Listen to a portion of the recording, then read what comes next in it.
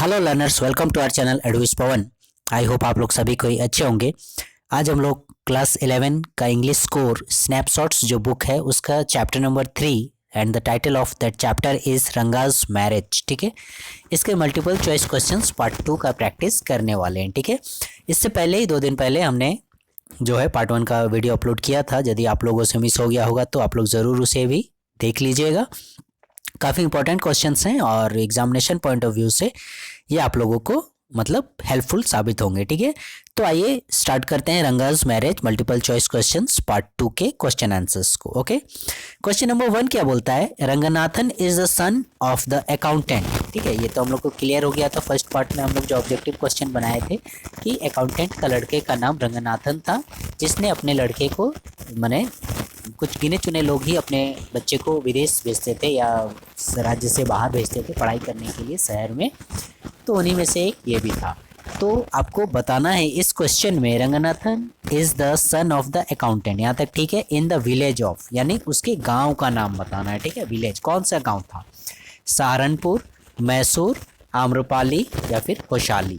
ठीक है, तो इसका राइट आंसर हो जाएगा option number D is your correct answer, that is होशाली। ठीक है, रंगनाथन जो है वो किस गांव से संबंधित था? होशाली विलेज से संबंधित था, जो अपने लड़के को शहर भेजता है पढ़ाई करने के लिए। ठीक है, होशाली गांव याद रखिएगा नाम को, क्योंकि इतना फेमस नाम नहीं है। चैप्टर पढ़ा होगा तो आपने ज़रूर मिला होगा। होशाली विलेज इज़ नॉट मेंशन्ड।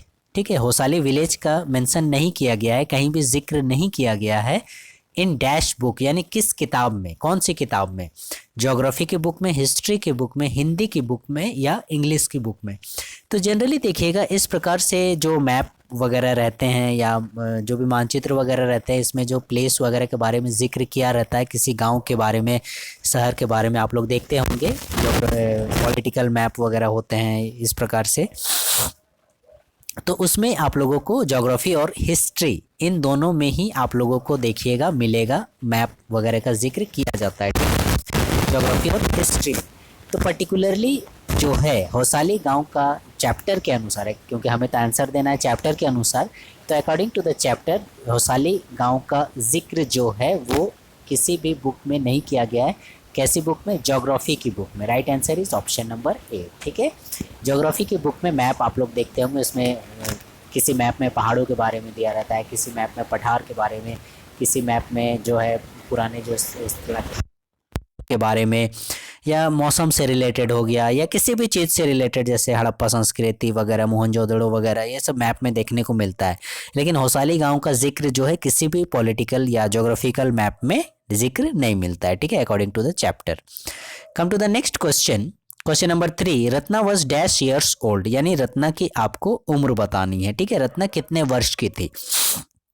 यदि आपने चैप्टर पढ़ा होगा तब तो क्लियर हो गया होगा, लेकिन ऐसे आप लोग बोलिएगा तो जनरली लड़की है, विवाह योग्य वगैरह है, तो 16 ईयर्स आप लोग बोल सकते हैं, 18 ईयर्स बोल सकते हैं, 20 ईयर्स बोल सकते हैं, लेकिन ये तीनों ही ऑप्शन जो हैं आप लोगों के रॉन्ग हो जाएंगे। Right answer is option number A, that is 11। Ratna की उम्र जो है वो 11 साल की थी। ठीक है, question number 4। Ratna plays dash beautifully. Ratna बहुत अच्छा, मैंने प्लेज मतलब यहाँ खेलने वाला प्लेज नहीं, यहाँ बजाने वाला प्लेज है। तो रत्ना बहुत अच्छा बजाती थी, बहुत सुंदर बजाती थी रत्ना।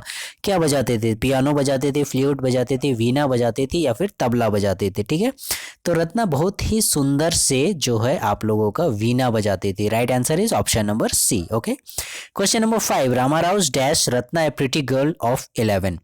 अब रत्ना की उम्र तो हमें पता चल गई कि उसकी उम्र 11 वर्ष थी। ठीक है, लेकिन रामाराव रत्ना डैश रत्ना है प्रिटी गर्ल ऑफ 11, यानी रामाराव का रत्ना से क्या रिलेशन था? ठीक है, रामाराव का बेटे का नाम रत्ना था, या रामाराव की बहन का नाम रत्ना था, या उसकी डॉटर का, या उसकी नीस यानी भतीजी का नाम था। ठीक है, तो राइट आंसर हो जाएगा आप लोगों का, right answer is option number D, that is niece. ठीक है, Ramarao niece Ratna a pretty girl of 11, यानी रामाराव की भतीजी का नाम रत्ना था। Okay, come to the next page and next question, question number 6।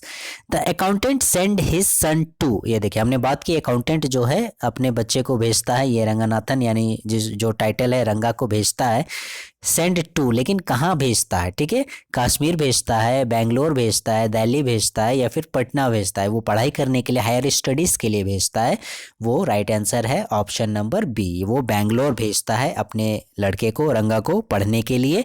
और वो ऐसा दौर था जब गांव में गिने चुने लोग ही इंग्लिश जानते थे और मैंने अपने बच्चों लोगों को पढ़ाने के लिए दूसरी जगहों पर भेजा करते थे, ठीक है, तो बेंगलोर भेजा था, ठीक है।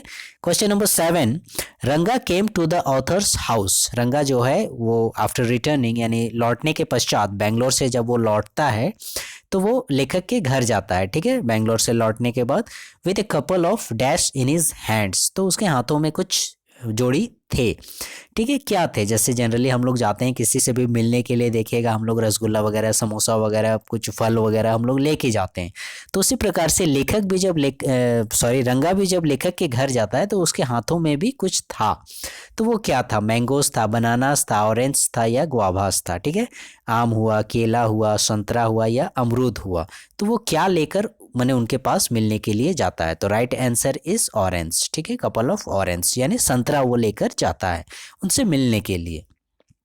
Question number 8, Ranga wanted to marry a dash girl, ठीक है, ये देखिए इंपॉर्टेंट क्वेश्चन है।